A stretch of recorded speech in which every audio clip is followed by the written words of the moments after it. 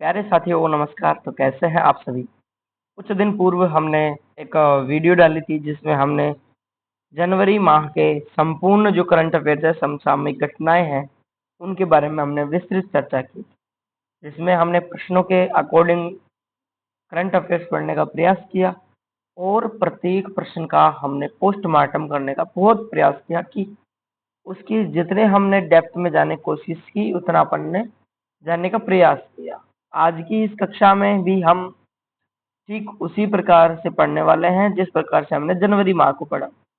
अब हमारा चल रहा है कौन सा महीना, फरवरी महीने के बारे में पढ़ने वाले हैं, करंट अफेयर्स को बारे में जानने वाले हैं, जिसमें हम संपूर्ण विश्लेषण देखेंगे। साथ ही साथ हम स्ट्रेटेजी के प्रश्नों पे भी चर्चा करने वाले हैं, जो कि इसके अंदर जो भी कुछ बातें आएंगी उन सभी को अपन जानने का प्रयास करेंगे।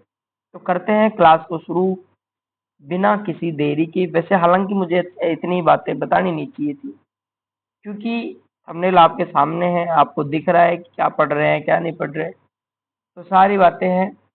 फिर भी मैंने आपको बता दिया, तो करते हैं कक्षा को शुरू बिना किसी देरी। बढ़ते हैं पहले प्रश्न की ओर।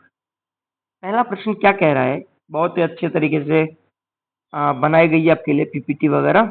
ठीक है भाई, चलो जी थोड़ा जूम इन कर लें। ये लो, अब ठीक है आपके लिए ना।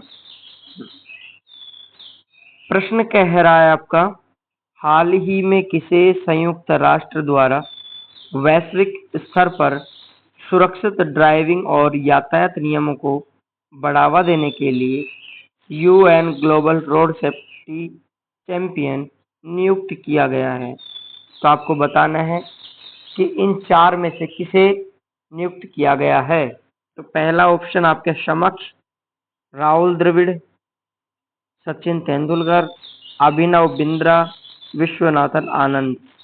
तो कौन सा होगा सही जवाब?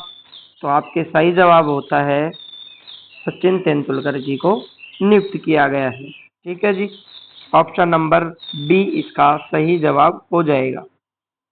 आगे देखते हैं अपन इसकी व्याख्या, थोड़ी सी व्याख्या में क्या कह रहा है।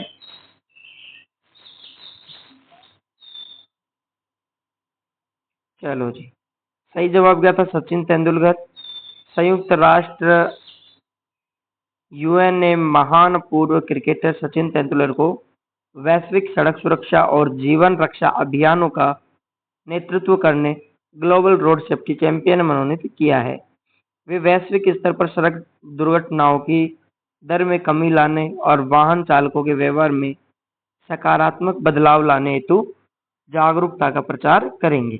अब परीक्षा की दृष्टि से कुछ इम्पोर्टेंट फैक्ट है।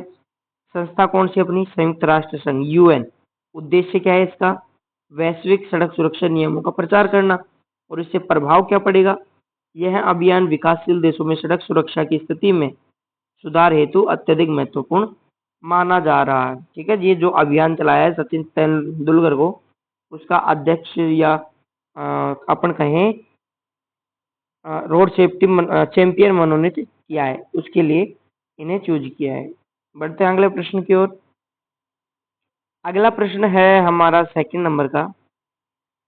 प्रश्न ये कह रहा है, फरवरी 2026 में ड्रोन हमलों के कारण तेल प्रवाह बाधित होने से चर्चा में रही प्रसिद्ध द्रुजबा तेल पाइपलाइन मुख्य रूप से किस देश से मध्य और पूर्वी यूरोप को कच्चा तेल आपूर्ति करती है? किस देश को करती है? यूक्रेन को करती है, कजाकिस्तान को करती है, रूस को करती है, या अजरबैजान को करती है? तो आपका सही जवाब कौन सा होगा इसमें? तो सही जवाब लगा लेना आप ऑप्शन नंबर सी, रूस इज द राइट आंसर। ठीक है, तो किस देश को कच्चा तेल आपूर्ति करती है? तो ध्यान रखना, रूस को। ठीक है, आगे बढ़ते हैं। व्याख्या में थोड़ा सा देख लेते हैं अपन, व्याख्या में क्या कह रखा है। हाँ, द्रुजबा पाइपलाइन विश्व की सबसे बड़ी कच्चे तेल की पाइपलाइन प्रणालियों में से एक है। यह रूस के यूरोपीय हिस्से से होकर Belarus, Ukraine, Poland, Germany, Hungary, Slovakia और चेक गणराज्य तक तेल पहुंचाती है। फरवरी 2026 में ड्रोन हमले के कारण इस पाइपलाइन के एक हिस्से में परिचालन कुछ समय के लिए बाधित हो गया, जिससे वैश्विक तेल बाजारों में अनिश्चितता देखी गई। ठीक है, पाइपलाइन का क्या नाम है? द्रुजवा पाइपलाइन, जिसका शाब्दिक अर्थ अगर मैं पूछ लूँ आपसे तो ध्यान रखना, मित्रता इसका शाब्दिक अर्थ होता है। अगर इसके प्रारंभ की बात कर ली जाए तो सोवियत संघ के काल में शुरू हुई थी, लगभग 1964 में। ठीक है, सामरिक महत्व क्या है इसका? पूर्वी और मध्य यूरोपीय देशों को ऊर्जा सुरक्षा के लिए अत्यधिक महत्वपूर्ण मानी जाती है ये द्रुजवा पाइपलाइन। ठीक है भाई, बढ़ते हैं अगले प्रश्न की ओर। अगला प्रश्न क्या है अपना? हाँ जी, अगला प्रश्न आ रहा है अपने सामने। हाल ही में भारत में रामसर स्थलों के नेटवर्क में शामिल किया गया पटना पक्षी अभयारण्य निम्न में से किस भारतीय राज्य में स्थित है? अब सबसे बड़ी गलती ये होगी, पटना का नाम देखते ही आप क्या करोगे भाई साहब? बिहार करोगे, जो कि बिहार आपका गलत जवाब हो जाएगा। तो इसका सही जवाब क्या होगा? प्रश्न नंबर 3 का, तो ये जो पटना पक्षी अभयारण्य है ये हमारे उत्तर प्रदेश में स्थित है। ये चीज आपको ध्यान रखनी है, जो कि रामसर साइट में 98 नंबर का रामसर स्थल घोषित किया गया था। ठीक है, ये आपको ध्यान रखना है। आगे इसकी व्याख्या देखते हैं थोड़ी सी।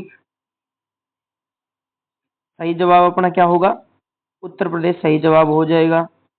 उसके बाद में ध्यान रखना है अपने को, नाम के कारण ब्रह्म पैदा हो सकता है, लेकिन पटना पक्षी अभयारण्य बिहार में नहीं, उत्तर प्रदेश के एटा जिले में स्थित है। ध्यान रखने वाली बात है।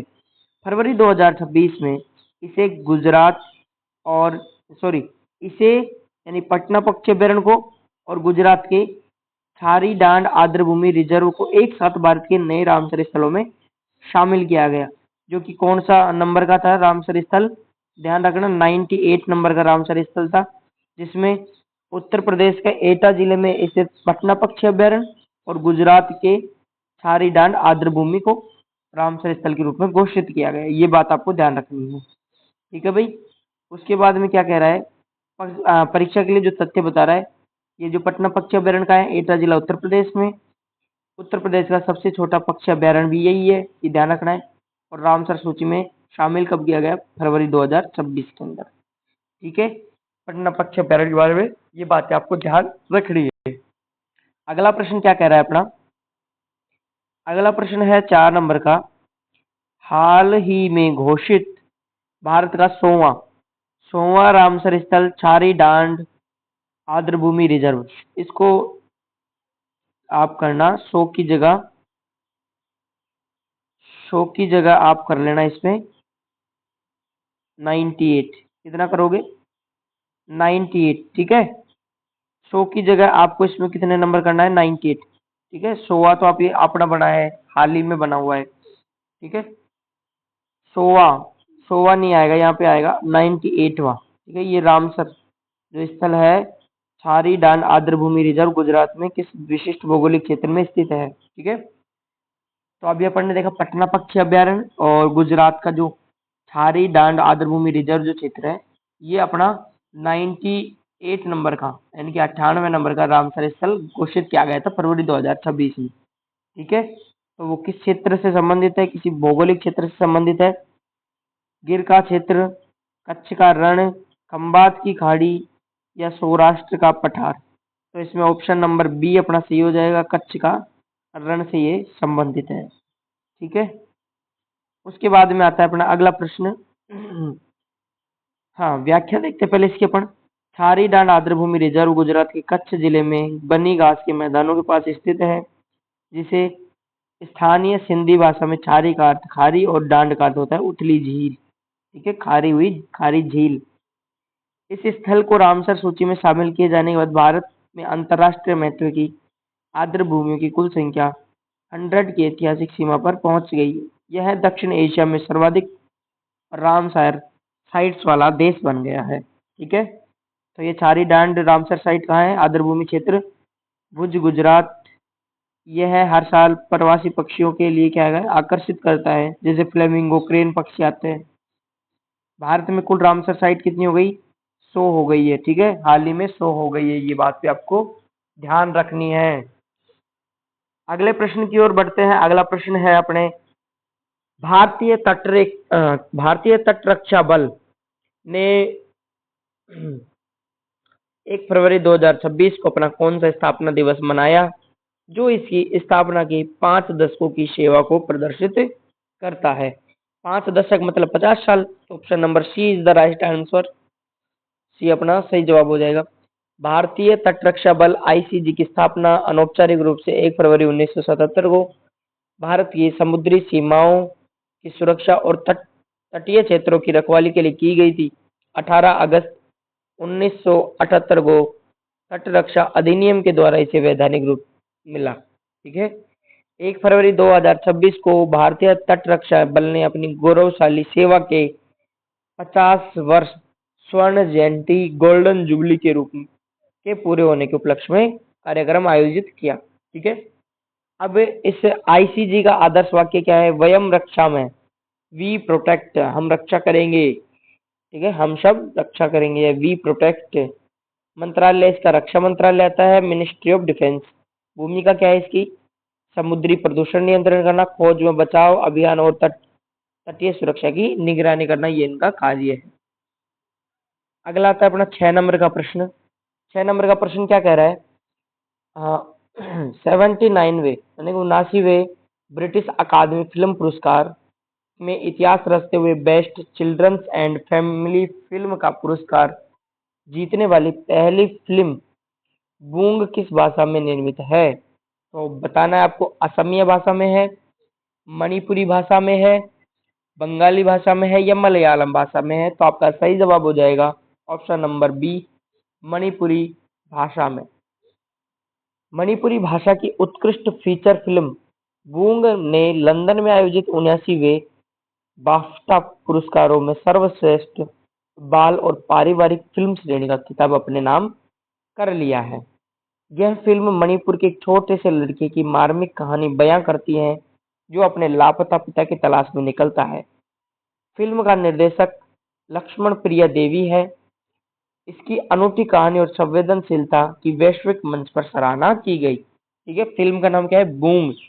निर्देशक का कौन है इसकी? लक्ष्मी प्रिया देवी।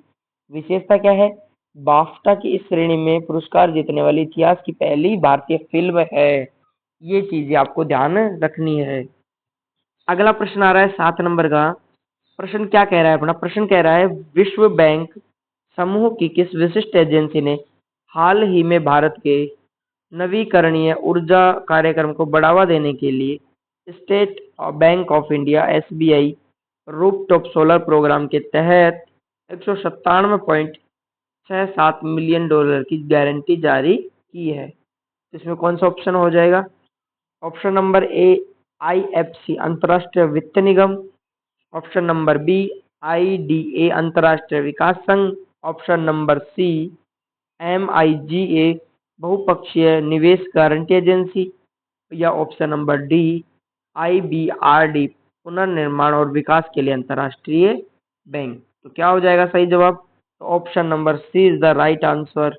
ठीक है, ये आपको ध्यान रखना है। ठीक है, ऑप्शन नंबर सी हमारा सही जवाब हो जाएगा। हाँ जी, एमआईजीए बहुपक्षीय निवेश गारंटी एजेंसी है, आईजीए का पूरा नाम है। आगे सुनना। विश्व बैंक की राजनीतिक जोखिम बीमा और क्रेडिट संवर्धन शाखा ने सिटी बैंक द्वारा एसबीआई के रूफटॉप सोलर प्रोग्राम के तहत किए जा रहे ऋण प्रवाह को 197.67 मिलियन डॉलर की गारंटी प्रदान की है। यह गारंटी भारत में सौर परियोजनाओं में निजी वाणिज्यिक ऋण निवेश से जुड़े गैर वाणिज्यिक जोखिमों को कम करेगी, जिससे भारत की नेट जीरो राजनीति को बल मिलेगा। ठीक है, परीक्षा संबंधित क्या बातें हैं? संस्था कौन सी है? एमआईजीए मिगा बहुपक्षीय निवेश गारंटी एजेंसी। अगर इसकी स्थापना की बात करूं तो 1988 में इसकी स्थापना होती है। मुख्यालय हेडक्वार्टर की अगर मैं बात करूं तो वॉशिंगटन डीसी में इसका मुख्यालय है। लाभार्थी कौन है? भारतीय स्टेट बैंक एसबीआई का और रूफटॉप सोलर प्रोग्राम। प्रभाव निम्न ब्याज दरों पर हरित ऊर्जा ऋण की सुलभता। अगला प्रश्न आता है आपके समक्ष। केंद्रीय कृषि मंत्री द्वारा नई दिल्ली में उद्घाटित पूसा कृषि विज्ञान मेला 2026 का मुख्य केंद्रीय विषय क्या निर्धारित किया? डिजिटल कृषि, विकसित कृषि, जलवायु अनुकूल खेती या जैविक उत्पाद। तो इसमें सही जवाब कौन सा हो जाएगा? तो ऑप्शन नंबर बी आपका सही जवाब हो जाएगा, विकसित कृषि आत्मनिर्भर भारत। उसमें अपन देखते हैं थोड़ी सी बात। केंद्रीय कृषि एवं किसान कल्याण मंत्री ने नई दिल्ली में भारतीय कृषि अनुसंधान IARI परिसर में आयोजित 3 दिवसीय वार्षिक पूसा कृषि विज्ञान मेला 2026 का उद्घाटन किया। 2026 के मेले का मुख्य विषय विकसित कृषि आत्मनिर्भर भारत था। यह मेला इस वर्ष विशेष रूप से संयुक्त राष्ट्र द्वारा घोषित महिला किसानों के अंतर्राष्ट्रीय वर्ष को भी समर्पित किया गया था। परीक्षा की दृष्टि से इम्पोर्टेंट बातें क्या है भाई? जो अपना पूसा कृषि विज्ञान मेला था वो आयोजक कौन था उसका? तो IARI भारतीय कृषि अनुसंधान संस्थान पूसा। मुख्य आकर्षण स्वदेशी बीज किस्मों, कृषि ड्रोन और आधुनिक सिंचाई तकनीकों का प्रदर्शन करना इसका मुख्य आकर्षण था। समर्पण की अगर मैं बात करूं तो महिला किसानों को केंद्रीय भूमिका में लाना ही इनका महत्वपूर्ण समर्पण का भाव था। अगला प्रश्न आता है अपने 9 नंबर का। प्रश्न कह रहा है अपने फरवरी 2026 में ग्लोबल साउथ देशों के हित में निष्पक्ष और सुरक्षित AI ढांचा स्थापित करने के उद्देश्य से भारत द्वारा पहले वृहत AI इम्पैक्ट समिट 2026 का आयोजन किस स्थान पे किया गया? तो इसका सही जवाब क्या होगा? तो इसका सही जवाब होगा भारत मंडपम नई दिल्ली के अंदर इसका आयोजन किया गया। ठीक है, आगे देखते हैं अपन। सही जवाब भारत मंडपम नई दिल्ली। प्रधानमंत्री नरेंद्र मोदी ने 16 फरवरी 2026 को भारत मंडपम नई दिल्ली में वैश्विक स्तर पर बहुप्रतीक्षित AI इम्पैक्ट समिट 2026 का उद्घाटन किया। इसी के साथ इंडिया AI इम्पैक्ट एक्सपोज 2026 का भी शुभारंभ किया। यह शिखर सम्मेलन वैश्विक दक्षिण के देशों के प्रतिनिधित्व के साथ मानव केंद्रित, जिम्मेदार और नैतिक आर्टिफिशियल इंटेलिजेंस के उपयोग के वैश्विक मानकों को स्थापित करने के लिए भारत के नेतृत्व कार्य क्षमता को दर्शाता है। ठीक है, हाँ जी। परीक्षा महत्वपूर्ण तथ्य कौन से हैं? परीक्षा महत्वपूर्ण तथ्य आयोजन स्थल कौन सा था? भारत मंडपम नई दिल्ली। शामिल प्रमुख हस्तियां कौन थी? वैश्विक टेक दिग्गज सुंदर पिचाई, सैम ऑल्टमैन आदि तथा संयुक्त राष्ट्र महासचिव एंटोनियो गुटेरेस। ठीक है, मूल विषय वस्तु क्या थी? 3 चक्र, लोक, पृथ्वी और प्रगति। ठीक है, ये इसके 3 चक्र थे, लोक, प्रगति और पृथ्वी। अगला प्रश्न आता है, आदिवासियों और वन रक्षकों के बीच समन्वय स्थापित कर मानव वन्य जीव संघर्ष को कम करने के लिए शुरू की गई अनूठी वन्य जीवी दीदी पहल का संबंध किस राज्य की पलामू टाइगर रिजर्व से है? तो इसमें छत्तीसगढ़ से है, ओडिशा से है या फिर झारखंड से, अन्यथा पश्चिम बंगाल से। तो आपका सही जवाब हो जाएगा इसमें झारखंड। ठीक है, सही जवाब क्या होगा अपना? झारखंड इसका सही जवाब हो जाएगा। मुख्य बिंदु क्या है इसके? तो अपन इनको जानने का प्रयास करते हैं। मुख्य बिंदु है झारखंड के विख्यात पलामू टाइगर रिजर्व प्रशासन ने स्थानीय जनजातीय महिलाओं को जंगल की रक्षक के रूप में सशक्त बनाने के लिए वन्य जीव दीदी की पहल शुरुआत की। इसके अंतर्गत इन महिलाओं को वनों के संरक्षण, अवैध कटाई व शिकार को रोकने और वन्य जीवों की सुरक्षा की निगरानी के लिए विशेष रूप से प्रशिक्षित किया गया तथा उन्हें सम्मानजनक प्रोत्साहन राशि भी प्रदान की जा रही है। ठीक है, पहल का नाम क्या है? वन जीव नहीं, वन्य जीव दीदी पहल। Tiger reserve Palamu tiger reserve Jharkhand का एकमात्र राष्ट्रीय उद्यान है पलामू टाइगर रिजर्व, ये ध्यान रखना है अपने को। उद्देश्य क्या है इसका? स्थानीय समुदायों की भागीदारी से वन्य जीव संरक्षण एवं महिला सशक्तिकरण करना इनका मुख्य उद्देश्य है। अगला प्रश्न आता है अपना, हिमाचल प्रदेश के बकलोह में आयोजित वज्र प्रहार 2026 संयुक्त सैन्य अभ्यास का संबंध भारत और किस अन्य देश के विशेष सुरक्षा बलों से है? तो यूनाइटेड किंगडम से है, संयुक्त राज्य अमेरिका से है, फ्रांस से है या फिर ऑस्ट्रेलिया से है? तो आपका जो सही जवाब हो जाएगा वो होगा संयुक्त राज्य अमेरिका, USA से इसका संबंध है। ठीक है, बढ़ते हैं व्याख्या के ऊपर। भारत और संयुक्त राज्य अमेरिका के विशेष बलों के बीच वज्र प्रहार संयुक्त सैन्य अभ्यास का 16वां संस्करण हिमाचल प्रदेश के पर्वतीय क्षेत्र बकलोह में शुरू हुआ। इस अभ्यास में भारतीय सेना की पैरा स्पेशल फोर्सेज और अमेरिकी सेना के ग्रीन बेरेट्स के कमांडो ने हिस्सा लिया। इसका मुख्य ध्यान आतंकवाद विरोधी अभियानों तथा पहाड़ी परिस्थितियों में युद्ध कौशल को निखारना है। परीक्षा के तथ्य है भाई, संस्करण कौन सा था? 16वां फरवरी 2026 में हुआ। प्रतिभागी भारत एवं अमेरिका। ठीक है, भारत एवं अमेरिका। भारत की तो पैरा स्पेशल फोर्स थी, पैरा एसएफ, और अमेरिका के थे ग्रीन बेरेट्स। आयोजन स्थल विशेष बल प्रशिक्षण स्कूल बकलोह हिमाचल प्रदेश में ये शुरू किया गया। अगला प्रश्न आ रहा है, प्रश्न संख्या 12। यूके और मॉरिशस के बीच संप्रभुता समझौते की घोषणा के बाद हाल ही में चर्चा में रहा चागोस द्वीप समूह किस महासागर में स्थित महत्वपूर्ण सामरिक द्वीप समूह है? तो अटलांटिक महासागर आएगा, या फिर प्रशांत महासागर अर्थात हिंद महासागर, या फिर दक्षिणी महासागर। तो इसमें ऑप्शन नंबर सी हमारा सही जवाब हो जाएगा। ऑप्शन नंबर सी क्या है? हिंद महासागर में ये द्वीप स्थित है, चागोस द्वीप समूह है, ये ध्यान रखना है अपने को। चागोस आर्कीपेलागो मध्य हिंद महासागर में स्थित 64 से अधिक द्वीपों का क्या है? समूह है। ऐतिहासिक रूप से यूके ने इसे पर अपना नियंत्रण रखा था, जिसमें डिएगो गार्सिया का प्रसिद्ध सैन्य बेस भी शामिल है। मॉरिशस और यूके के बीच लंबे समय से जारी संप्रभुता विवाद के बाद हाल ही में हुए समझौते में ब्रिटेन ने मॉरिशस की संप्रभुता को मान्यता देने पर सहमति व्यक्त की है, जिससे यह वैश्विक राजनीति में पुनः सुर्खियों में आया। भौगोलिक स्थिति में अपने को ध्यान रखना है कहाँ पे है ये द्वीप, तो ध्यान रखना हिंद महासागर है, भारत के दक्षिण में स्थित है। डिएगो गार्सिया इस द्वीप समूह का सबसे बड़ा और अमेरिकी ब्रिटिश संयुक्त सैन्य ठिकानों वाला द्वीप है। ठीक है, डिएगो गार्सिया। हालिया विवाद क्या है? मॉरिशस और यूनाइटेड किंगडम के बीच संप्रभुता को लेकर क्या है? विवाद भी है। ये बातें भी ध्यान रखनी है अपने को।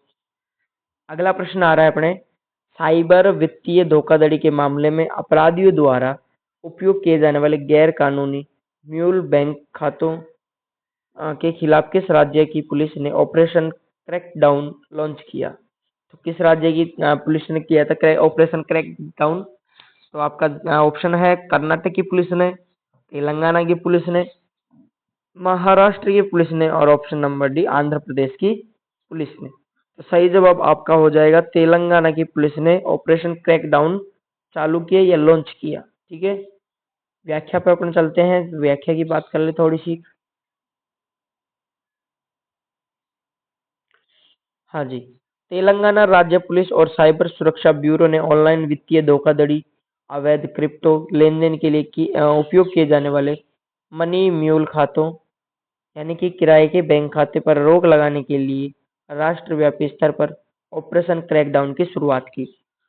इन खातों का उपयोग साइबर ठग अवैध धन को छिपाने, बैंकिंग चैनलों से बाहर निकालने के लिए करते हैं। इस कार्रवाई के तहत हजारों संदिग्ध खातों को सीज किया गया। पहल की शुरुआत तेलंगाना पुलिस साइबर ब्यूरो ने की। म्यूल अकाउंट ऐसे खाते जहां धोखाधड़ी या लालच देकर दूसरों खातों पर नियंत्रण खुद ले लेते हैं। उद्देश्य क्या है? डिजिटल बैंकिंग और साइबर धोखाधड़ी नेटवर्क को ध्वस्त करना तेलंगाना पुलिस साइबर ब्यूरो का काम है। इन्होंने ऑपरेशन क्रैकडाउन लॉन्च किया है फरवरी 2026 के अंदर। ये बातें भी अपने को ध्यान रखनी है। अगला प्रश्न आता है, हाल ही में किस यूरोपीय देश ने भारत के अत्यधिक जोखिम वाले पहाड़ी और तटीय पारिस्थितिक तंत्रों के संरक्षण हेतु अंतरराष्ट्रीय जलवायु पहल IKI के तहत 20 मिलियन यूरो तक की फंडिंग की घोषणा की? तो किसने की थी? हाल ही में किस यूरोपीय देश ने की थी? फ्रांस ने की थी, यूनाइटेड किंगडम ने की थी, जर्मनी ने की थी, या फिर स्विट्जरलैंड ने की थी? तो आपका सही जवाब इसमें आ जाएगा ऑप्शन नंबर सी, जर्मनी ने IKI के तहत 20 मिलियन यूरो तक की फंडिंग की घोषणा की है। ये बात आपको ध्यान रखनी है। मुख्य बिंदु देखते हैं अपन, इसके मुख्य बिंदु क्या है? हाँ, जर्मनी ने भारत के सतत पर्यावरण सुरक्षा और जलवायु लचीलापन बढ़ाने के लिए अंतर्राष्ट्रीय जलवायु पहल इंटरनेशनल क्लाइमेट इनिशिएटिव IKI के तहत लगभग 20 मिलियन यूरो का बड़ा अनुदान स्वीकृत किया है। यह परियोजना विशेष रूप से भारत के उच्च जोखिम वाले नाजुक पर्वतीय और तटीय क्षेत्रों में जैव विविधता के संरक्षण, हरित आवरण को बढ़ाने में भारत सरकार की राष्ट्रीय योजनाओं का सहयोग करेगी। ठीक है। दाता देश कौन है? जर्मनी। किसके द्वारा फंडिंग की गई है? जर्मनी के द्वारा। और फंडिंग की राशि कितनी है? तो 20 मिलियन यूरो इसकी फंडिंग राशि है। फोकस किस पे किया गया है? हिमालयी क्षेत्र और पश्चिम तटीय मैंग्रोव संरक्षण परियोजनाओं पर इसका क्या है? फोकस है। वहां पे ये फंडिंग को खर्च करेंगे। अगला प्रश्न आ रहा है 15 नंबर का। पुरातात्विक सर्वेक्षण और जीर्णोद्धार के कारण हाल ही में चर्चा में रहे होयसल युग के मंदिर और जैन बस्ती मुख्य रूप से किस वर्तमान भारतीय राज्य के मध्यकालीन गौरव को दर्शाते हैं? तमिलनाडु, कर्नाटक, आंध्र प्रदेश या फिर महाराष्ट्र? तो आपका सही जवाब हो जाएगा कर्नाटक। ठीक है भाई, कर्नाटक आपका सही जवाब हो जाएगा। आगे ध्यान रखना, होयसल राजवंश ने 10वीं से 14वीं शताब्दी के दौरान मुख्य रूप से आधुनिक कर्नाटक और उसके आसपास के क्षेत्र पर शासन किया। उनकी वास्तुकला जटिल नक्काशी और तराकार मंच के लिए क्या है? प्रसिद्ध है। ये बातें ध्यान रखनी है। थोड़ा सा इसको जूम कर लेते हैं। और हाल ही में कर्नाटक में कई ऐतिहासिक होयसल युगीन मंदिरों तथा जैन धार्मिक स्थलों के जीर्णोद्धार के प्रयास शुरू किए गए, जिससे यह मध्यकालीन इतिहास का विषय चर्चा में आया। प्रमुख तथ्य कौन कौन से हैं? होयसल राजधानी, द्वार समुद्र, आधुनिक हेलीबीडू है ना। यूनेस्को महत्व, हाल ही में बेलूर हलेबीडू सोमनाथपुरा के होयसल मंदिरों को यूनेस्को विश्व धरोहर सूची में शामिल किया गया है। वास्तुकला कौन सी है? वेसर का मिश्रण, वेसर शैली का इसमें मिश्रण है, अपने को देखने को मिलता है। ठीक है। अगला प्रश्न आता है 1 फरवरी 2026 को समाप्त हुए ऑस्ट्रेलियन ओपन 2026 पुरुष एकल के रोमांचक फाइनल मुकाबले में नोवाक जोकोविच को हराकर किस युवा खिलाड़ी ने करियर ग्रैंड स्लैम का स्वयं पूरा किया है? ये अपन ने पिछली क्लास, जो अपनी जनवरी माह की क्लास थी, उसमें भी अपन ने इस प्रश्न को देखा था और ये प्रश्न पुनः अपने सामने आता है। तो इसका सही जवाब हो जाएगा option number C, Carlos Alcaraz. ठीक है, इन्होंने जीता था। ठीक है, करियर ग्रैंड स्लैम पूरा किया था और ये युवा खिलाड़ी था। ठीक है, ये भी आपको ध्यान रखना है। आगे चलते हैं। इसके अंदर स्पेन के 22 वर्षीय सनसनीखेज टेनिस खिलाड़ी कार्लोस अल्काराज ने फाइनल में नोवाक जोकोविच को हराकर पहली बार ऑस्ट्रेलियन ओपन का खिताब अपने नाम किया। इस जीत के साथ ही अल्काराज चारों ग्रैंड स्लैम टूर्नामेंट यानी कि Wimbledon, US open, French open और ऑस्ट्रेलियन ओपन जीतने वाले इतिहास के सबसे युवा खिलाड़ी बन गए। उन्होंने अपना करियर ग्रैंड स्लैम पूरा कर लिया है। उसके बाद में आता है परीक्षा संबंधित तथ्य है। विजेता कौन थे? कार्लोस अल्कराज स्पेन के थे। उप विजेता कौन है? हारने वाले कौन है? नोवाक जोकोविच सर्बिया के हैं। ऐतिहासिक रिकॉर्ड है, करियर ग्रैंड स्लैम पूरा करने वाले सबसे कम उम्र के पुरुष खिलाड़ी अल्कराज रहे हैं। ठीक है, उसके बाद में अगला प्रश्न आता है ऑस्ट्रेलियन ओपन 2026 में महिला एकल के फाइनल मुकाबले में कजाकिस्तान की किस खिलाड़ी ने गत चैंपियन एरिना सबालेंका को हराकर अपना पहला ऑस्ट्रेलियन ओपन खिताब जीता? वो तो पुरुष था, अब आपके आ रहा है महिला कौन थी? महिला इलेना रायबाकिना, ये आपका सही जवाब हो जाएगा। ठीक है, Elena Rybakina, option number A. Option number A आपका सही जवाब हो जाएगा। कजाकिस्तान की स्टार टेनिस खिलाड़ी इलेना बाकिना ने मेलबर्न पार्क में आयोजित फाइनल मुकाबले में आक्रामक खेल दिखाते हुए विश्व नंबर 1 और पूर्व चैंपियन एरिना सबालेंका को 3 सेटों के कड़े मुकाबले में शिकस्त दी। यह रायबाकिना का पहला ऑस्ट्रेलियन ओपन एकल खिताब है और उनके करियर का दूसरा ग्रैंड स्लैम है। ठीक है, ये बातें आपको ध्यान रखनी है। विजेता कौन रही? इलेना रायबाकिना कजाकिस्तान। उपविजेता एरिना सबालेंका बेलारूस। कजाकिस्तान की ओर से मेलबर्न में सिंगल्स खिताब जीतने वाली पहली महिला खिलाड़ी बनी। ये आपको ध्यान रखना है। अगला प्रश्न आता है 18 नंबर का प्रश्न। प्रश्न क्या कह रहा है अपने को, प्रश्न को देखते हैं अपन। हाल ही में भारत सरकार द्वारा अखिल भारतीय बाघ अनुमान 2025-26 का चरण तृतीय किस राज्य के प्रसिद्ध पेरियार टाइगर रिजर्व में शुरू किया गया? कर्नाटक, केरल, तमिलनाडु और आंध्र प्रदेश। तो इसका सही जवाब हो जाएगा ऑप्शन नंबर बी, हमारा सही जवाब हो जाएगा। ये आपको ध्यान रखना है। चलिए जी, राष्ट्रीय बाघ संरक्षण प्राधिकरण एनटीसीए द्वारा आयोजित देशव्यापी बाघ जनगणना अभ्यास ऑल इंडिया टाइगर एस्टिमेशन 2025-26 के तीसरे चरण की शुरुआत केरल के पेरियार टाइगर रिजर्व में हुई। पेरियार पश्चिम तट का एक अत्यंत महत्वपूर्ण पारिस्थितिकी तंत्र है जो सदाबहार वनों, जंगली हाथियों और बाघों के सुदृढ़ संरक्षण के लिए देश भर में विख्यात है। ये बातें आपको इसमें ध्यान रखनी है। ठीक है, ये पीडीएफ भी आपको टेलीग्राम चैनल पर मिल जाएगा, तो चिंता वाली कोई बात नहीं है।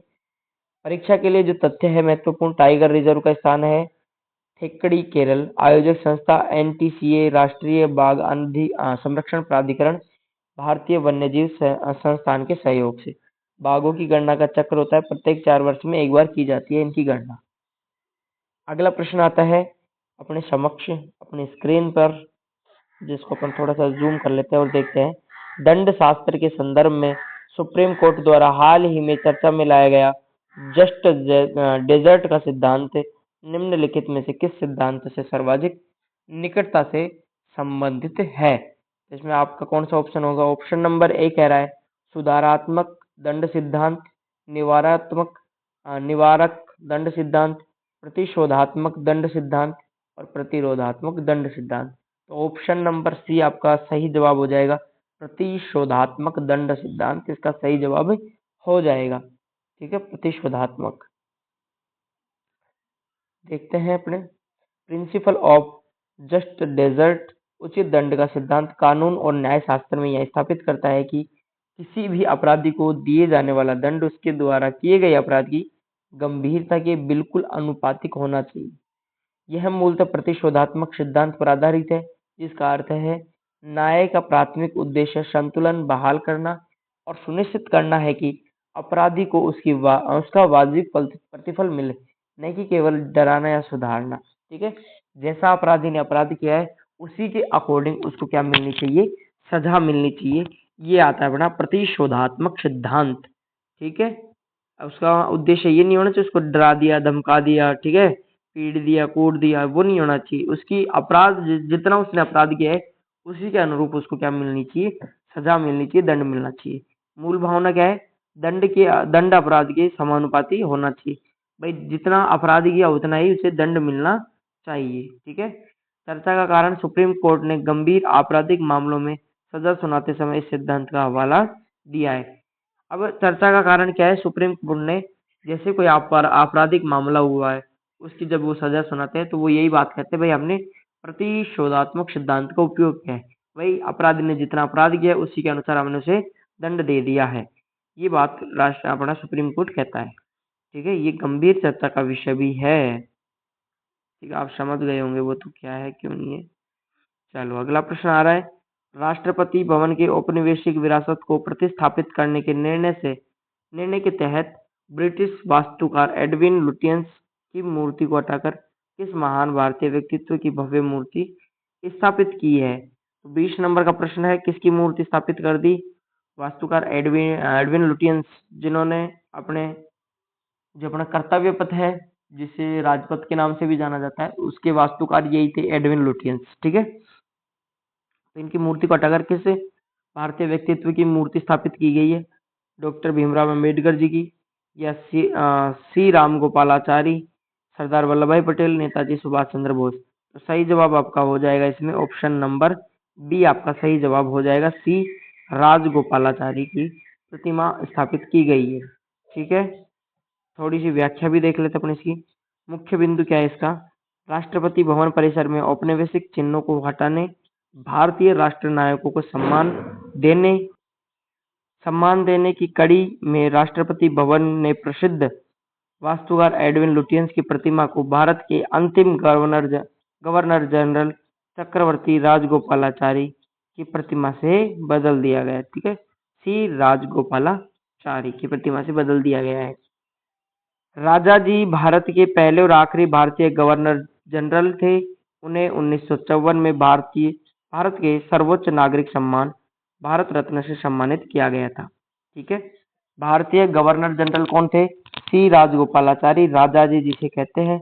उन्हें 1948 से 50 में भारत का जो सर्वोच्च नागरिक सम्मान है उससे सम्मानित किया गया था, भारत रत्न से। ये बातें आपको ध्यान रखनी है। ठीक है, उसके बाद हम थोड़ा सा परीक्षा के दृष्टि से जो इम्पोर्टेंट चीज़ है वो भी देख लीजिएगा। चक्रवर्ती राजगोपालाचारी, सी राजगोपालाचारी व्यक्तित्व है।